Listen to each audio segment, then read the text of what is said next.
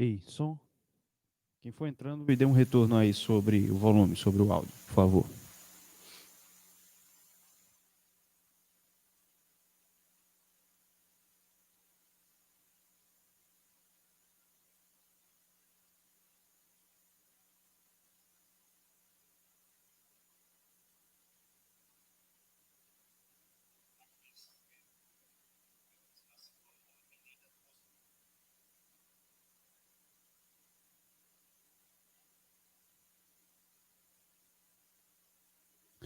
Ei, som. 1, 2, testando, som.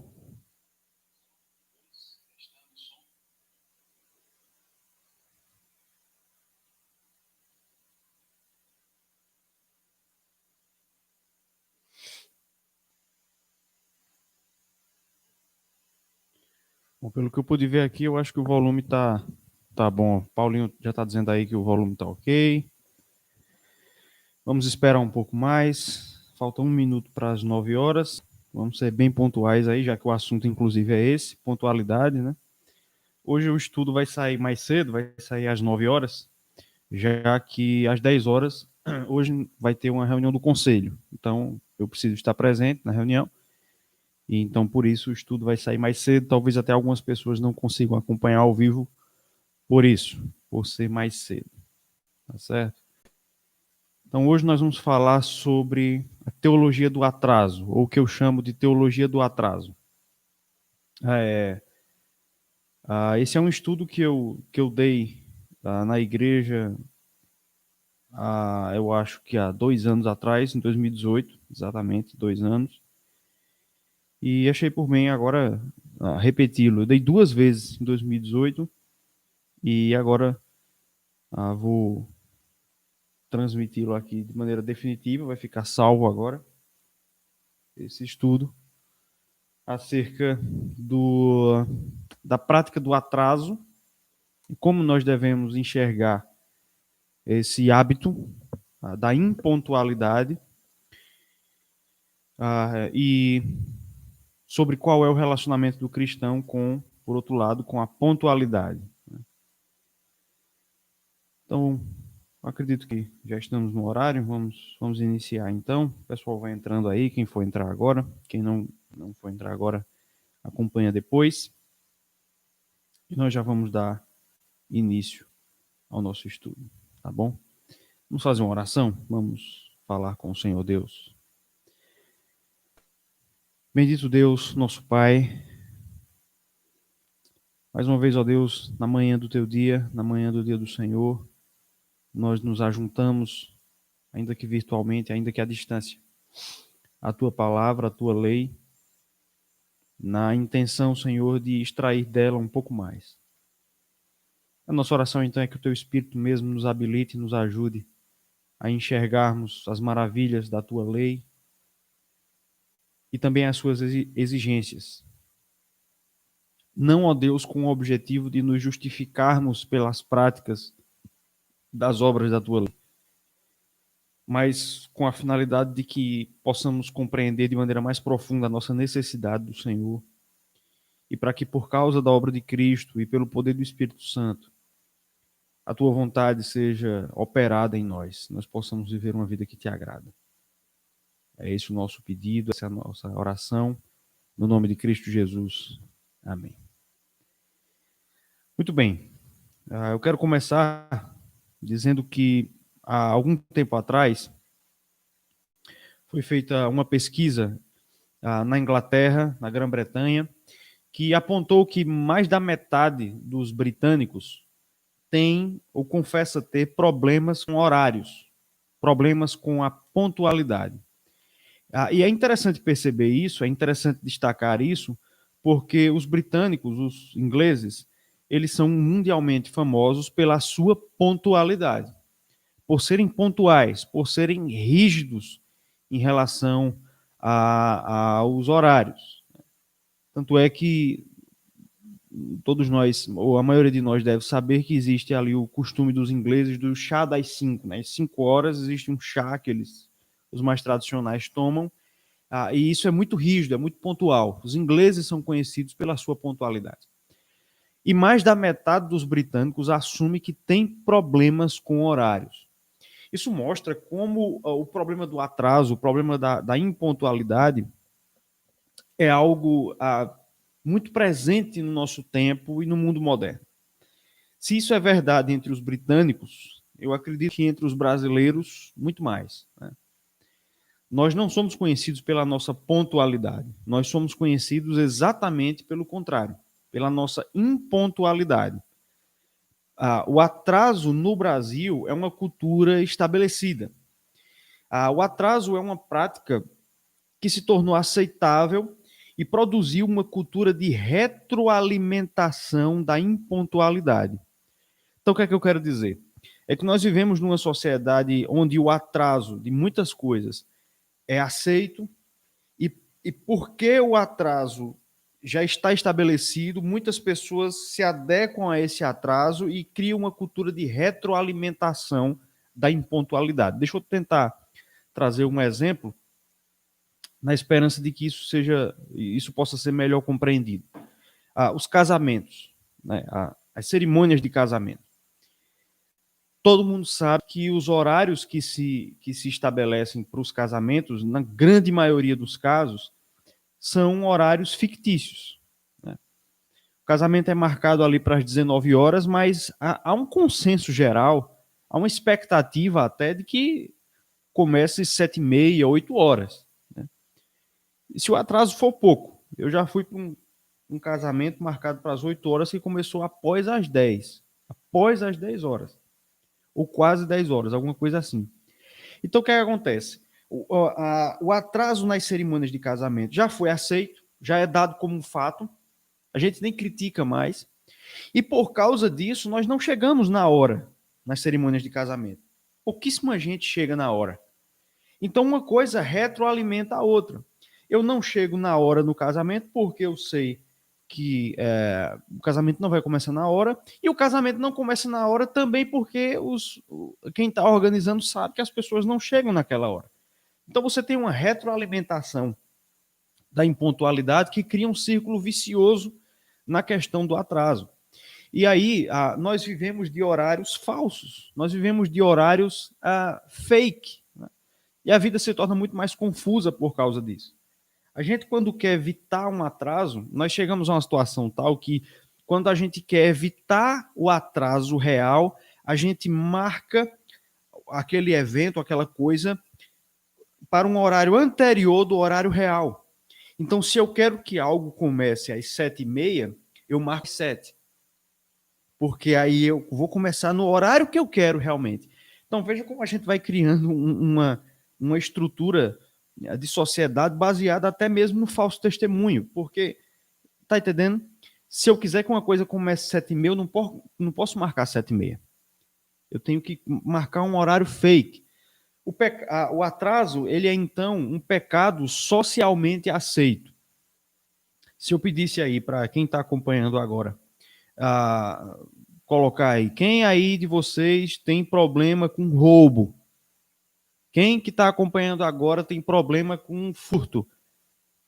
Eu duvido muito que alguém teria coragem de comentar agora, dizendo, eu tenho. Eu quando vou no supermercado, eu pego alguma coisa ali. Dificilmente, eu acho muito pouco provável que algum de nós tivesse coragem de admitir isso. Mas se eu perguntasse aqui, quem de vocês, quem de nós aqui tem problema de impontualidade? Não haveria esse constrangimento. Isso é até natural, mas mostra que o atraso ele se tornou um pecado socialmente aceito. E é interessante perceber que nós precisamos enxergar o atraso dessa forma, como um pecado, como uma quebra da lei de Deus. Veja só, é claro que eu não estou falando aqui do atraso ocasional, do atraso acidental, do atraso que ocorre por uma circunstância inesperada, impensada, imprevisível. Tampouco a gente está falando aqui do atraso irrelevante, né? O atraso de 1 minuto, de 2 minutos, mas do atraso relevante e quanto mais. Então, a pessoa que não é pontual, 9 horas para ela é 9h30, é 10 horas. E é um problema recorrente, ela não consegue cumprir com horários. Essa prática nós precisamos enxergá-la como uma prática pecaminosa. Isso pode parecer exagerado da minha parte dizer isso, que a gente tem que ver o atraso como um pecado. Isso porque nós não estamos acostumados a enxergar dessa maneira. Nós enxergamos o atraso ou a impontualidade muito mais como um mau hábito, muito mais como um mau costume, e não como um pecado.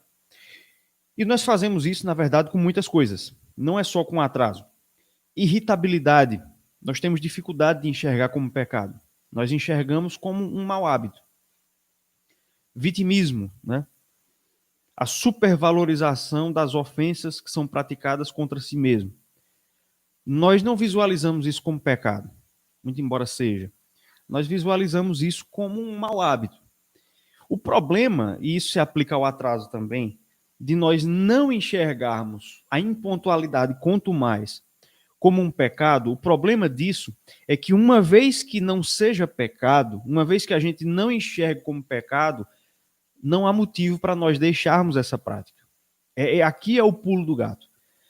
É apenas quando eu entender que impontualidade, quanto mais, é pecado, é apenas quando eu entender isso,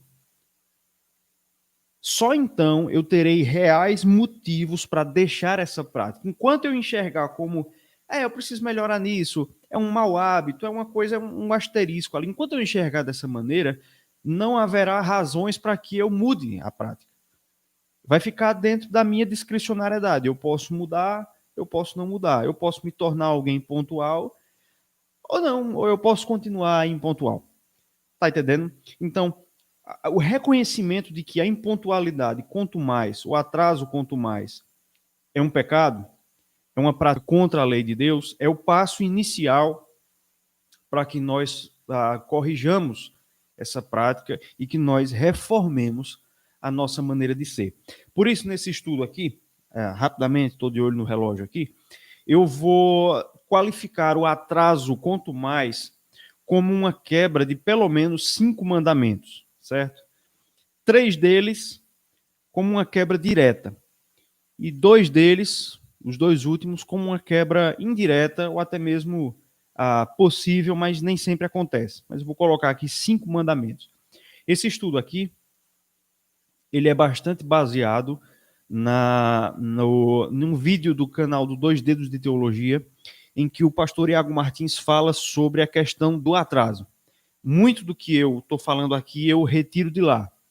Mas eu acrescentei algumas coisas e a organização é diferente. Mas para dar os devidos créditos aqui, até porque o vídeo vai ficar permanentemente agora na internet, eu vou dar os créditos aqui. Eu usei muito do material do vídeo do Dois Dedos de Teologia sobre atraso. Então, a cultura do atraso, ela quebra o atraso reiterado, ele quebra pelo menos 5 mandamentos. O primeiro deles é o 9º mandamento. O 9º mandamento diz, não dirás falso testemunho. Não dirás falso testemunho. Não mentirás, em outras palavras. A mentira, o falso testemunho, ele é condenado no 9º mandamento. E o atraso é uma quebra do 9º mandamento, porque quando você assume um compromisso você estabelece um horário para aquele compromisso, você empenhou a sua palavra. Em outras palavras, se você diz que vai chegar em tal lugar às 11 horas, você deu um testemunho. Eu chegarei em tal lugar às 11 horas. Se você quebra isso, se você chega às 11h30, às 11h40, ao meio-dia, e se isso foi intencional, se isso foi fruto da sua irresponsabilidade, do seu desleixo, você deu um falso testemunho. A pessoa para quem você e com quem você assumiu aquele compromisso, ela entendeu e ela creu que você cumpriria com aquela promessa, com aquele juramento que você fez de chegar naquele horário e você não chegou. Mateus 5,37 diz o seguinte: seja, porém, o vosso falar sim, sim, não, não.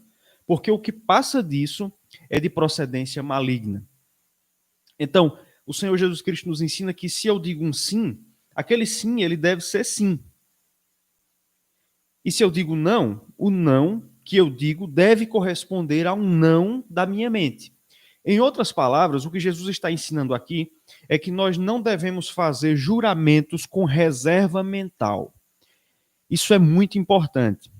Nós não devemos fazer juramentos com reserva mental. Se eu digo algo, o que eu estou dizendo, ela deve expressar a sinceridade do que eu penso e do que está no meu coração. Eu não devo falar uma coisa com os lábios, mas na minha mente fazer uma figuinha. Lembra? O camarada faz um juramento, diz uma coisa, mas por trás ele está fazendo uma figuinha. Não é bem assim. Ele diz, mas internamente, não. O seu sim deve ser sim.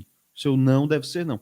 Se eu digo que vou chegar às 7 horas, isso precisa ser sincero. Eu tenho que ter a intenção e o projeto de chegar às 7 horas. Pode ser que aconteça alguma coisa que eu me atrase. Fora do previsto. Ok, não há pecado nisso. Mas o que eu não posso é dizer, é marcar um compromisso para o horário tal, mas mentalmente eu estou ali, não, mas eu chego um pouco atrasado. Não. Isso é juramento com reserva mental. Se você não tem segurança de que vai conseguir cumprir com aquele horário, você precisa expressar isso. Ó, fulano, eu acho que eu não vou conseguir chegar nesse horário. Então eu vou chegar mais ou menos tal hora, mas desde já eu te adianto que é possível que eu atrase. Aí tudo certo. Mas você não pode empenhar a sua palavra com reserva mental. Se você não tem condições de se comprometer com um horário, não se comprometa. No livro de Levítico, eu acho, há um versículo que diz isso. Que se você for jurar, acho que agora eu não vou conseguir citar de maneira precisa, mas se você jurar, você deve cumprir. Você não é obrigado a jurar. Você não é obrigado a jurar. Mas uma vez que você jure, você deve cumprir, porque o juramento é no nome de Deus. Então a mesma coisa acontece com o horário. Você não é obrigado, você não é obrigado a se obrigar com o horário.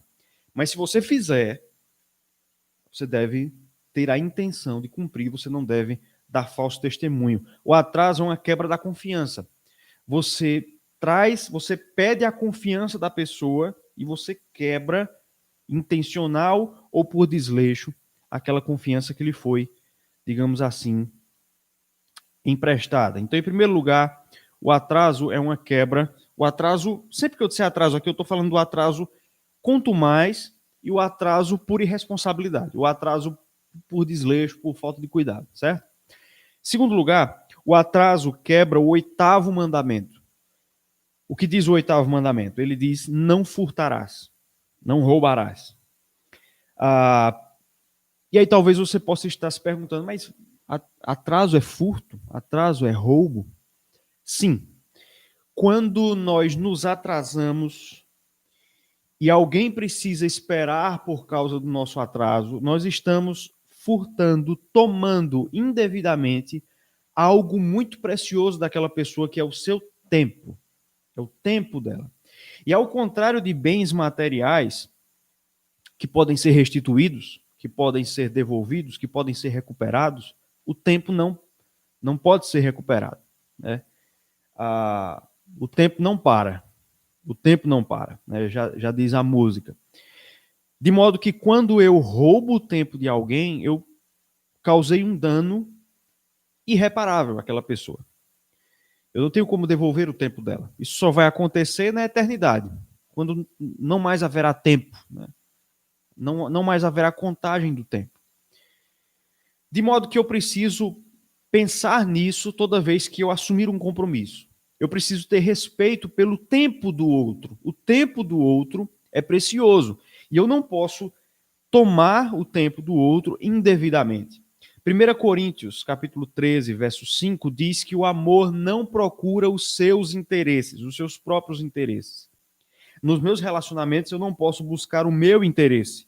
Eu preciso buscar o interesse do outro. Então, se eu marquei um compromisso com alguém, eu preciso ter em mente, antes de tudo, que Aquela pessoa tem um tempo, o seu tempo é precioso, o seu tempo é valioso, e o meu interesse precisa ser, em primeiro lugar, o interesse de preservar o tempo daquela pessoa.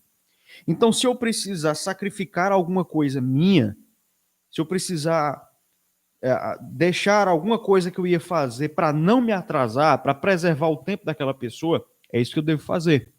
Filipenses 2, versos 3 e 4, dizem o seguinte: nada façais por partidarismo ou vanglória, mas por humildade. Preste atenção. Considerando cada um os outros superiores a si mesmo. Não tenha cada um em vista o que é propriamente seu. Não tenha em vista o seu tempo, em outras palavras, senão também cada qual o que é dos outros. Então eu devo ter em vista, em primeiro lugar, nas palavras do apóstolo Paulo, o tempo do outro. O tempo dele é precioso e eu não posso tomar esse tempo indevidamente. Desculpa. E existe uma questão muito interessante sobre essa questão do furto associado ao atraso, é que o atraso ele pode ser um furto de dinheiro mesmo, certo? Quando é que isso acontece? Quando o atraso é praticado no trabalho. Se o seu contrato de trabalho ele está vinculado ao número de horas que você presta de trabalho, você é pago para prestar aquele número de horas de trabalho, tá certo? De modo que se você sorrateiramente atrasa, chega atrasado, sai mais cedo e recebe o salário de maneira integral, você está recebendo uma quantia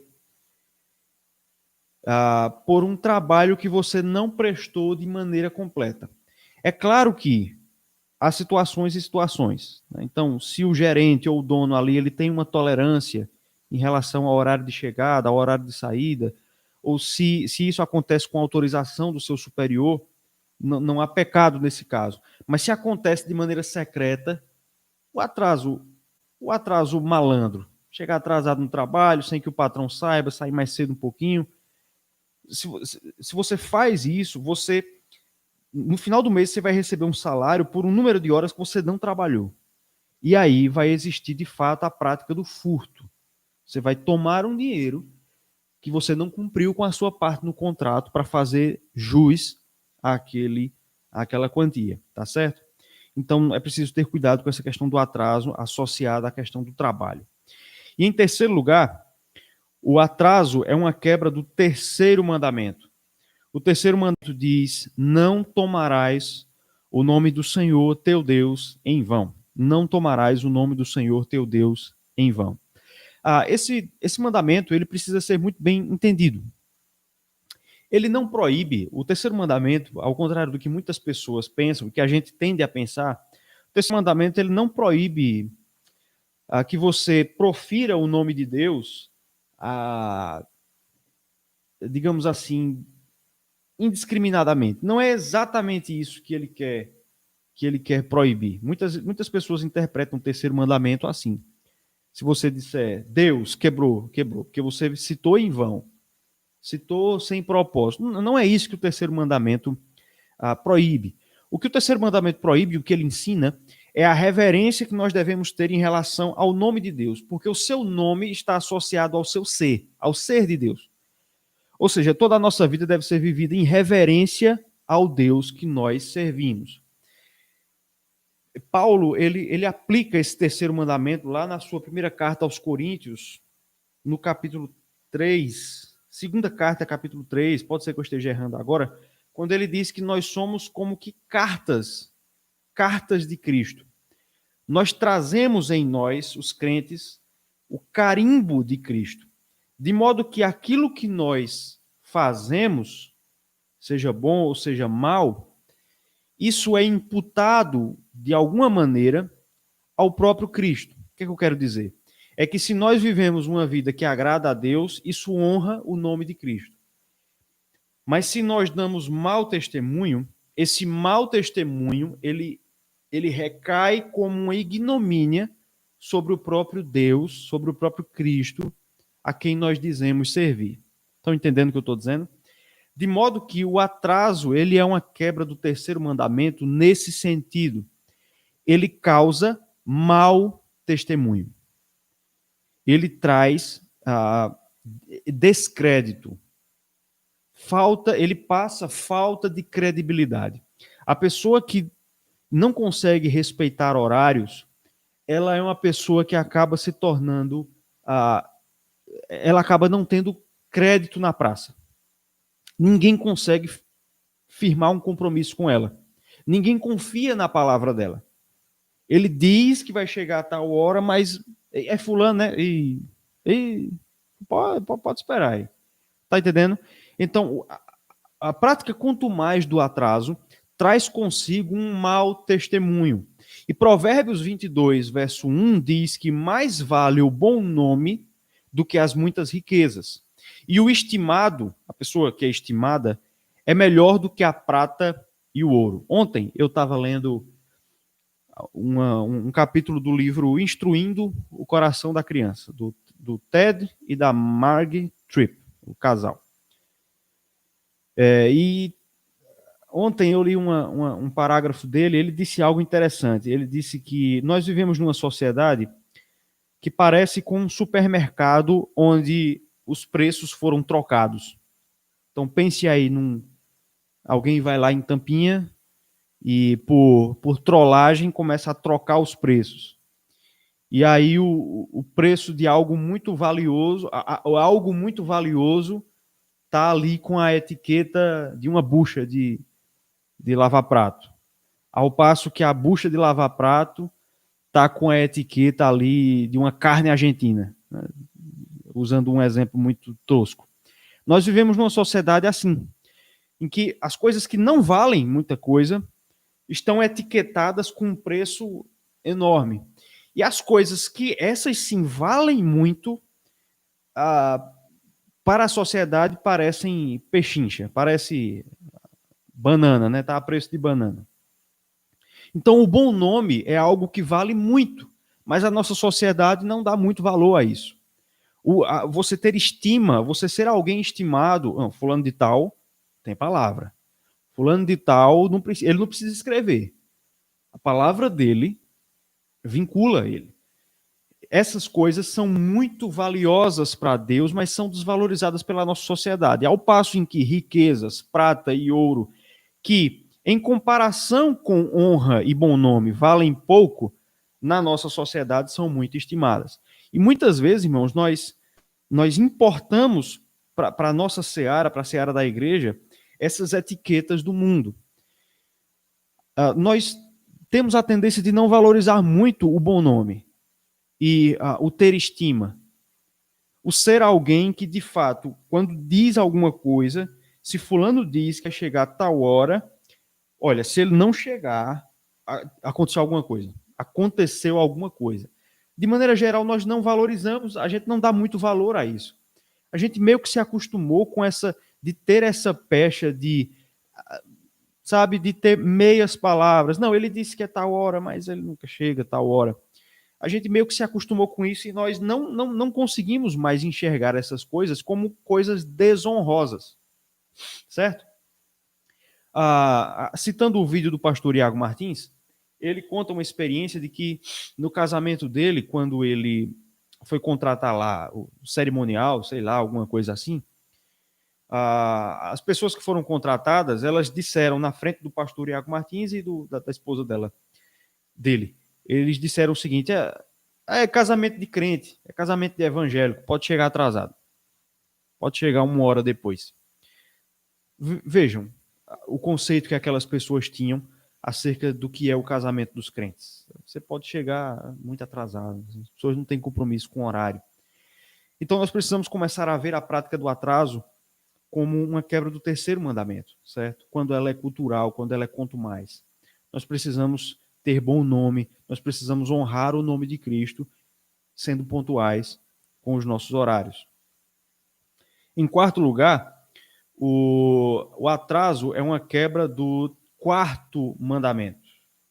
O quarto mandamento tem tudo a ver com o dia de hoje. O quarto mandamento diz: 6 dias trabalharás, mas no 7º dia será dia de descanso, ou guarda o dia de descanso para o santificar. Nós protestantes entendemos que o dia de descanso não é mais o sétimo dia, mas é agora o primeiro. Desde a ressurreição de Cristo, é o primeiro dia, o domingo. Esse dia é reservado entre 7, em que nós descansamos daquilo que nós fazemos nos outros dias, a não ser, como diz a confissão de fé, aquelas obras de necessidade e misericórdia, aí nós fazemos no dia de hoje, mas nós descansamos das demais para tomar alento nas obras de Deus, para cultuá-lo particularmente, publicamente, trabalhar na sua obra e viver a comunhão do corpo e também descansar das nossas fadigas. O atraso, quando ele está associado ao culto do domingo, ele representa uma quebra do quarto mandamento. A nossa confissão de fé diz que um dos deveres associados ao quarto mandamento é prestar culto a Deus, culto público. Isso deve ser feito todo domingo, sempre que possível. Nós devemos prestar culto a Deus nesse dia, com o povo de Deus. E por que eu estou dizendo que o atraso associado à questão do culto representa uma quebra do quarto mandamento? Porque os atrasos aos cultos dominicais, eles representam a prestação de um culto defeituoso a Deus, no dia que ele reservou para isso.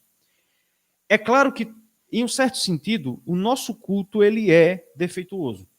Nós não prestamos um culto perfeito, certo? E é importante entender isso. Nosso culto não é aceito pelo mérito dele, mas pelos méritos de Cristo. Mesmo assim, nós devemos buscar prestar a Deus um culto com a inteireza do nosso ser.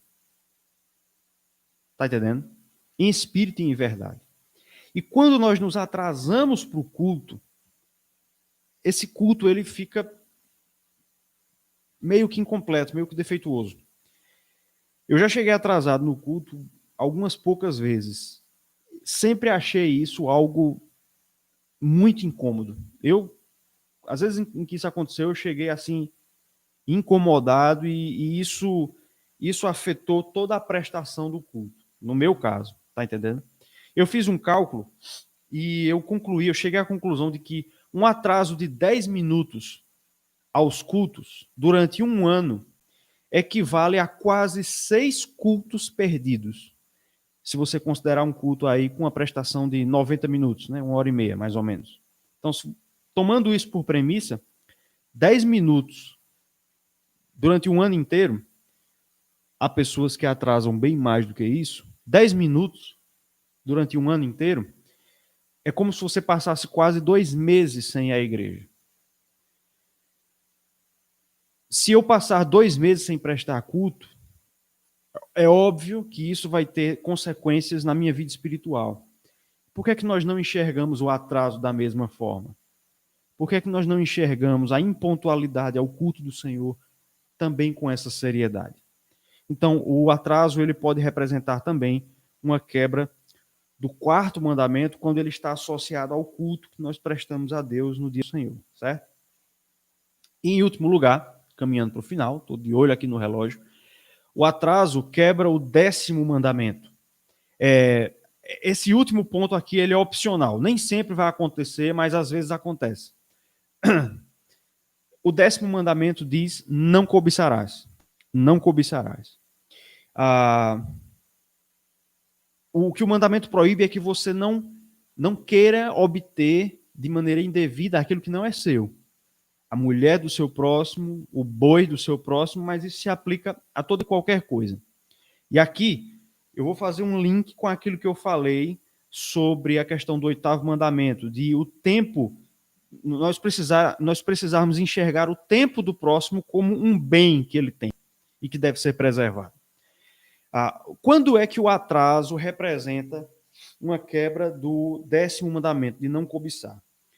Ele acontece quando a pessoa que se atrasa e acaba perdendo alguma coisa por causa do seu atraso, pense aí numa viagem, por exemplo, que é marcada. Então, o carro vai sair tal hora, certo? E aí uma pessoa se atrasa. Não avisa nada, se atrasou. Quando ela chega no local onde as pessoas iam se encontrar, o carro foi embora. O que acontece em alguns casos? A pessoa que se atrasou e acabou perdendo o carro, ela às vezes se revolta, às vezes fica chateada e reclama, mas rapaz, me deixaram, como é que não puderam esperar? E aí veja só, quando isso acontece, a pessoa que se revoltou por causa disso, ela está pleiteando, ela está cobiçando algo que não é dela. Por quê? Porque as pessoas que chegaram na hora, elas têm o direito de que o seu tempo seja respeitado. Elas têm o direito de que o evento ali aconteça na hora, já que elas chegaram na hora. É um direito delas. Se eu quero exigir que as pessoas que chegaram na hora tenham que suportar o meu atraso, eu estou cobiçando um direito que não é meu, mas é dos outros. Aquelas pessoas têm o direito de que o evento ocorra na hora e o tempo delas seja preservado. Não o meu direito. Eu me atrasei. Se elas quiserem me esperar, é por um ato de graça daquelas pessoas. E eu até incentivo que isso aconteça. Nós temos que ser pessoas graciosas, certo? Eu não estou aqui dizendo que a gente tem que ser o chato do relógio. Passou um minuto, acabou. E quem não chegou está cerimonialmente impuro. A gente não pode se tornar o chato do relógio. Mas, quando você se atrasa, você precisa ter cuidado de fazer certas reivindicações. Porque você está cobiçando um direito que não é seu. Um direito que não é seu. As pessoas que chegaram na hora, elas têm direitos. Elas têm direitos de ter o seu tempo preservado. Tá certo? Então, deve haver um respeito aos horários daqueles que são pontuais. Então, se eu me atraso e foi por irresponsabilidade minha, eu preciso manter a humildade. Gente, me atrasei, peço perdão, podem ir começando aí, é direito de vocês. Se as pessoas quiserem me esperar por um ato de graça, o que é muito recomendável, que bom que aconteça dessa forma. Dessa forma, nós vemos que o atraso, como uma cultura, ele representa aí uma quebra, então, de pelo menos 5 mandamentos, né? Muito embora que Tiago diz que se eu caio em um mandamento, eu caí nos 10, né? Mas o atraso, ele representa essa quebra, então, de 5 mandamentos. E é importante, caminhando para o final agora, que nós enxerguemos Cristo, o Senhor Jesus Cristo e o nosso Deus, Deus Pai, como o nosso exemplo de pontualidade. Nosso Deus e nosso Salvador são descritos na Escritura como pontuais. Eles não se atrasaram, eles nunca se atrasam. Gálatas capítulo 4, verso 4, diz que vindo, porém, a plenitude do tempo, atenção a essa expressão, plenitude do tempo, Deus enviou seu Filho, nascido sob a lei, nascido de mulher, nascido sob a lei, para resgatar os que estavam sob a lei, a fim de que recebêssemos a adoção de filhos. Quando foi que Deus enviou o seu Filho? Na plenitude do tempo, ou seja, no momento certo, na hora certa. Quando havia todo um contexto ali, né, da expectativa messiânica, da paz romana, da língua grega, para que o Messias viesse. Ou seja, Deus, o Pai, não se atrasou em enviar seu Filho. Ele foi pontual. E Cristo, em seu ministério, ele é descrito como tendo sido pontual, como não tendo se atrasado. João capítulo 12, verso 23, por exemplo, diz, Jesus diz, vou ler o versículo, respondeu-lhes Jesus, é chegada a hora de ser glorificado o Filho do Homem, referindo-se a si mesmo. Está na hora. 12, 27, agora está angustiada a minha alma, e que direi eu? Pai, salva-me desta hora, mas precisamente com este propósito vim para esta hora. Com este propósito eu vim para esta hora, a hora da sua paixão, né? Então veja como o Pai é descrito como tendo sido pontual em enviar o Filho é descrito como tendo sido pontual no seu ministério e especificamente no seu sacrifício. Por isso, esse ensino sobre o atraso não serve para a gente se tornar, como eu falei antes, o chato do relógio. Não serve para nós nos tornarmos extremamente legalistas, inclusive, e ficar, sabe, correcionando, ficar vigiando a pontualidade alheia. Mas serve para nos mostrar a dependência que nós temos de Cristo Jesus, do nosso Deus. É olhando para o Senhor Jesus Cristo, é olhando para o seu exemplo, e é a partir do exemplo que ele estabeleceu, e por causa do seu sacrifício, e através da atuação do Espírito de Deus em nós, que nós somos habilitados a obedecermos à lei de Deus, o que inclui sermos pontuais. É olhando para o exemplo de Cristo. Então, que esse estudo, que essa breve palavra que eu trouxe aqui, possa nos incentivar a honrarmos o Senhor Deus, também com nossos horários, também com a nossa pontualidade, na certeza de que, ao fazermos isso, nós estamos imitando o nosso Deus.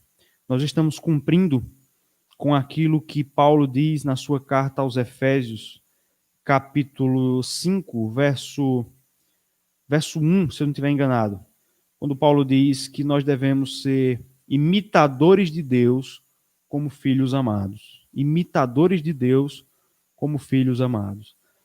Assim como o filho imitou o pai, sendo pontual como o pai é pontual, assim nós, como filhos amados de Deus, devemos imitar o nosso Senhor. Como ele foi pontual, como ele cumpriu com seus horários, como ele cumpriu com aquilo que estava estabelecido pelo Pai, assim devemos ser nós. Para que assim como Cristo glorificou o nome do Pai, o nome de Deus seja bendito através do nosso relógio, através dos nossos compromissos. Amém? Acho difícil que haja perguntas, dado que esse estudo ele é mais devocional, não é? Então nós já vamos encerrar, também daqui a pouco eu já tenho outro compromisso. Então nós vamos encerrar aqui o nosso estudo. E à noite, às 18h30, nós teremos a transmissão do culto a partir lá, desde o templo da igreja, a partir das 18h30. Tá certo? Vamos orar. Deus, nosso Pai, a tua palavra diz, Senhor, se o Senhor atentar para as iniquidades, quem subsistirá? Se atentares, Senhor, para as iniquidades, quem subsistirá? A tua lei, Senhor, ela é exigente, ela é alta, o padrão dela é muito alto. Isso revela, ó Deus, o nosso pecado e a nossa necessidade do Senhor. Nós confessamos, ó Deus, que em muitos momentos nós não temos enxergado a impontualidade, o atraso, como ele deve ser enxergado, como um pecado, Senhor. Como um desvio daquilo que o Senhor deseja, daquilo que o Senhor tem para nós. A nossa oração é que possamos, como diz o salmista, cumprir a tua lei à risca. Mas não, ó Deus, fiados no nosso mérito, nas nossas forças, mas olhando para o exemplo de Cristo, por causa do seu sacrifício, por causa do seu cumprimento perfeito da lei em nosso lugar, e através da atuação do Espírito em nós, usando também os meios de graça para nos fortalecer na caminhada cristã. Ó Deus, se temos nos atrasado, ó Pai, por irresponsabilidade, se temos furtado o tempo do nosso próximo, nós te pedimos perdão. E te pedimos que o Senhor nos ajude a corrigirmos isso. Nos ajuda, ó Pai, somos dependentes do Senhor, precisamos de Ti. Isso se aplica, ó Deus, a todas as áreas da nossa vida. Somos, ó Deus, pecadores e carecemos do Senhor. Abençoa esse dia, fala ao nosso coração, nos ajuda a meditarmos na Tua palavra hoje, a orarmos, a estarmos em comunhão com os irmãos também, a nos visitarmos e a prestarmos o culto que o Senhor merece receber logo mais à noite. Essa é a nossa oração no nome de Jesus. Amém. Muito bem, irmãos, aqui eu vou encerrando. Que Deus abençoe a todos.